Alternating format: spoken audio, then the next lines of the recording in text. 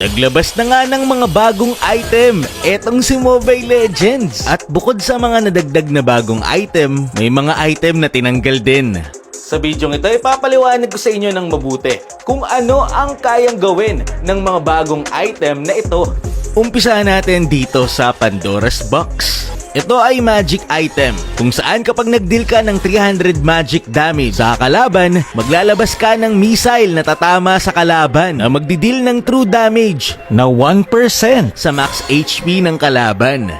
Gumagana ito sa multiple heroes. Ang item na ito ay gumagana rin kahit dito kay Kimi. Kahit less than 300 ang kanyang continuous damage, nagpapatong-patong naman ang kanyang damage kaya nako-compute pa rin ito ng Pandora's Box at gagana pa rin ang passive nito. Ganun din dito kay Nathan. Nag-a-add up yung damage mo kahit continuous damage ka. Pero kung burst damage ka naman, gagana pa rin ang Pandora's Box. At marami itong ibabatong missile since malaki ang damage na naibigay mo sa kalaban. Ibig sabihin, mapa-continuous damage or burst damage, pwedeng gumamit ng item na ito.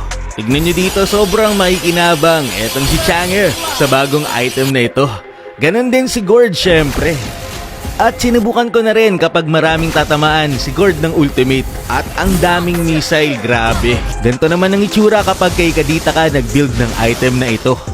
At dito kay Cecilion, para sa akin medyo mabagal gumana ang passive ng Pandora's Box kapag Cecilion ang gamit mo. Kapag marami kasing kalaban na tatamaan ng ultimate mo, malilipat-lipat yung damage. So minsan hindi magi-stack up into 300 yung damage ng ultimate mo. Pero kapag late game at malakas ng damage mo, sobrang solid na ng item na ito kay Cecilion. Kapag malakas ang damage, ang daming lumalabas na passive. Sinubukan ko rin kung maaabot pa rin ba ng bagong item na ito yung kalaban kahit nasa mid.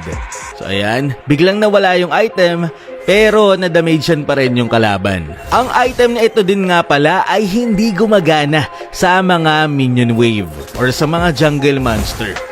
So yan, sinubukan ko sa Lito, sa Lord, sa buff, at sa mga minion wave pero hindi ito gumagana. Pang hero lang talaga yung passive. Nagbibigay din ang item na ito ng 70 magic power at 10% cooldown. Next item, Sky Piercer. Tingnan nyo dito, may tira pang buhay etong Layla. Pero dahil sa item na ito, 9,999 ba naman yung damage? Siguradong matitakedown mo talaga ang kalaban. So ang item na ito ay best for finisher. Dahil kapag ang buhay ng kalaban mo ay 5% pababa na lang, sure execute na dahil sa item na ito. Every time na makaka-takedown ka ng kalaban, magkakaroon ka din nga pala ng stack dito. Plus 10 kada hero na matitakedown mo. Ang full stack nito ay 70. At pwede mo rin nga palang i-build ito kahit kanino dahil ito ay mayroong adaptive attack. So mapa-physical or magic damage ka man, pwede mo itong gamitin. Imagine nyo na lang kung si Karina ang gagamit nito para laging cooldown ang kanyang ultimate. Every 10 stacks nga pala dito sa passive ng item na ito ay dagdag 1% sa passive ng item. Ibig sabihin kapag full stack ka 70, aabot na lamang ng 12% ang kailangan na buhay ng kalaban bago mo mapagana ang passive ng item na ito. Ibig sabihin kapag 12% pababa ang HP ng kalaban mo, matik executed na. Paalala nga lang kapag ikaw ay ni-takedown mo, babawasan ng 8 ang stack mo sa item na to. Next item, Malefic Gun. Iba pa ito sa Malefic Roar. So ang item na ito ay nagpapahaba ng range ng basic attack ng isang hero. Tignan nyo dito kay Kari. Kapag gumamit tayo ng Malefic Gun, lalayo ang aking range. Kapag kinlik mo ang item na ito, kailangan din umatake ka lagi sa kalaban para hindi mawala ang passive na malayong range sa'yo. Kapag kasi tumigil ka sa pag-basic attack ng 2 seconds, mawawala na yung passive nito at babalik sa normal ang basic attack range mo. Ito ang itsura ng basic attack ni Layla. Kapag ikaw ay nag-first kill, ganito naman kalayo ang basic attack mo. Kapag pinagsama ang first kill ni Layla at ang item na ito, ganyan kalayo ang nadagdag sa iyong range. Ibig sabihin, pwede mong atakihin yung Tore ng ganito kalayo kapag gumamit ka ng item na ito. Ang problema, hindi nagre-reset ang passive nito kapag Tore ang inaatake. At mawawala agad ang passive. Pati yung sniper ni Beatrix kaya ding palayuin ng item na ito since basic attack din yun.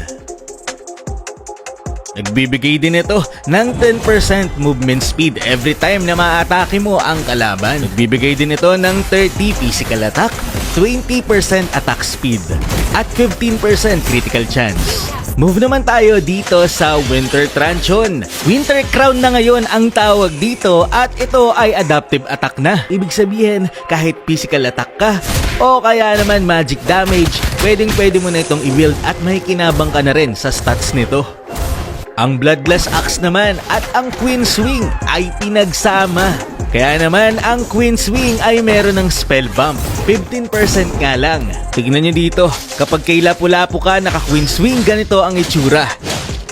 Meron ding passive ang item na ito na kapag bumaba ng 40% ang iyong HP, magkakaroon ka ng shield at mababawasan ang cooldown ng iyong mga skills ng 2 seconds. At may cooldown din ang passive ng item na ito na 60 seconds. Para sa akin, mas may kinabang sa item na ito ang mga mage heroes kasi meron pa silang concentrated energy.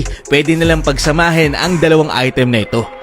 At adaptive attack din ito, so pwede pa rin talaga kahit sa mage or sa physical. Nagbibigay din ito ng 600 HP at 10% cooldown reduction at ayong 15% spell bump. Pinagsama din nila or pinagsanib ang Glowing Wand at Necklace of Durance. Ibig sabihin, ang Glowing Wand ngayon ay meron ng life drain. Meron ka ng 50% anti-heal. Tapos mababurn pa yung kalaban mo dahil sa passive ng Glowing Wand. Para sa akin goods lang kasi para kang merong dalawang item na kapag gamit mo ang bagong Glowing Wand. Next ay etong Thunder Belt. Ito ang pinaka-OP para sa akin. Meron pa rin itong true damage at slow, pero hindi mo na kailangan gumamit ng skill para mapagana ito. Every 4 seconds, kapag ikaw ay nag-basic attack sa kalaban, may slow ito at meron ding true damage. Every time na ikaw nga pala ay makakadamage sa kalaban, magkakaroon ka ng stock. Madadagdag ito sa passive ng Thunder Belt kung saan lalakas ang damage mo at tataas din ang iyong physical at magic defense. Tinest ko ito kung ilan nga ba ang limitation ng madadagdag sa iyo na passive dito sa Thunder Belt. So ayan, nasa 4 hours na ako. At pinaabot ko pa nga ng 7 hours. Kaya naman natuklasan ko na ang pinaka-max stock netong item na ito ay 9999 or 9,999. Kapag umabot ng ganito ang stock mo, one hit mo na halos lahat dahil 20,000 yung damage mo. Kapag kasi mataas ang stocks ng iyong passive dito sa item na ito, mataas din ang iyong physical at magic defense. Nag-add up ito papunta sa damage ng iyong Thunder Belt. Kaya naman dito, meron akong 10,000 magic and physical defense. Kaya yung damage ng Elemental Lord na Max Lord ay 10 na lang. Tapos ilang hits ko lang siya. Ang damage ko ba naman ay 20k. Pero sa totoong game, medyo imposible mo namang maabot ang maximum stock ng Thunder Belt. Pero solid, napakalakas ng item na ito. At natuklasan ko pa na kapag ikaw pala ay nag-basic attack sa kalaban tapos 5 hero ang tinamaan nito, 5 agad ang madadagdag sa stocks mo. Kaya napakabilis magpa-stocks sa item na ito. Imagine ganun kabilis, meron agad akong 15 physical at magic defense. Para magka-stock ka nga pala sa Thunder Belt, kailangan talaga hero ang matamaan mo ng basic attack. Kapag kasi mga jungle monster, gaganin passive pero hindi ka magkaka-stocks. Next ay ang Blood Wings. Pinababa ang presyo nito pero pinababa din ang magic power na makukuha mo dito. Ang shield mo ay nakadepende sa iyong magic power. At ang maganda dito, kapag nawala ang shield mo, magkakaroon ka pa ng 150 movement speed for 1 second. Next ay ang fleeting time. Iba na rin ang itsura nito. At adaptive attack na rin ito, kaya naman kahit physical attack ka, pwede ka nang mag-item nito. At may kinabang ka na rin sa stats. Sobrang flexible na ng item na ito ngayon. Na-rework din ang Clock of Destiny. Kung dati magkakastack ka through time, ngayon every time na may skillan mo ang kalaban ng continuous, pwede kang magkaroon ng 6 stacks dito sa item na ito na magbibigay naman sa'yo ng 5 to 12 hybrid defense per stack. Ibig sabihin, dinadamagean mo na ang kalaban, kumukunat ka pa. Kaya goods na goods talaga to kay Alice. Next ay ang Dominance Ice. Kapag inatake mo ang kalaban na merong Dominance Ice, automatic maaapektuhan ka ng anti-heal. Ibig sabihin kahit malayo ka sa kalaban basta tinamaan mo ng damage ang hero na naka-Dominance Ice, automatic meron kang minus 50% regen. Ang problema kapag lumapit ka lang sa kalaban, hindi ka magkakaroon ng anti-regen. So kapag tank user ka, kailangan maatake ka pa ng kalaban para mabigyan mo siya ng anti-regen.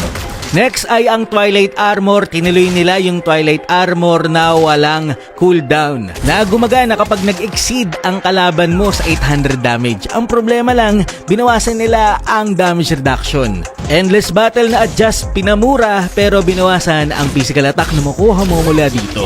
At ang last ay ang Expert Glove, kung saan merong 30 adaptive attack. Ito ang item na kailangan sa mga item na ito. Yun lamang for this video. Anong masasabi mo sa mga bagong item na ito? Maraming salamat sa panonood, and to God be the glory.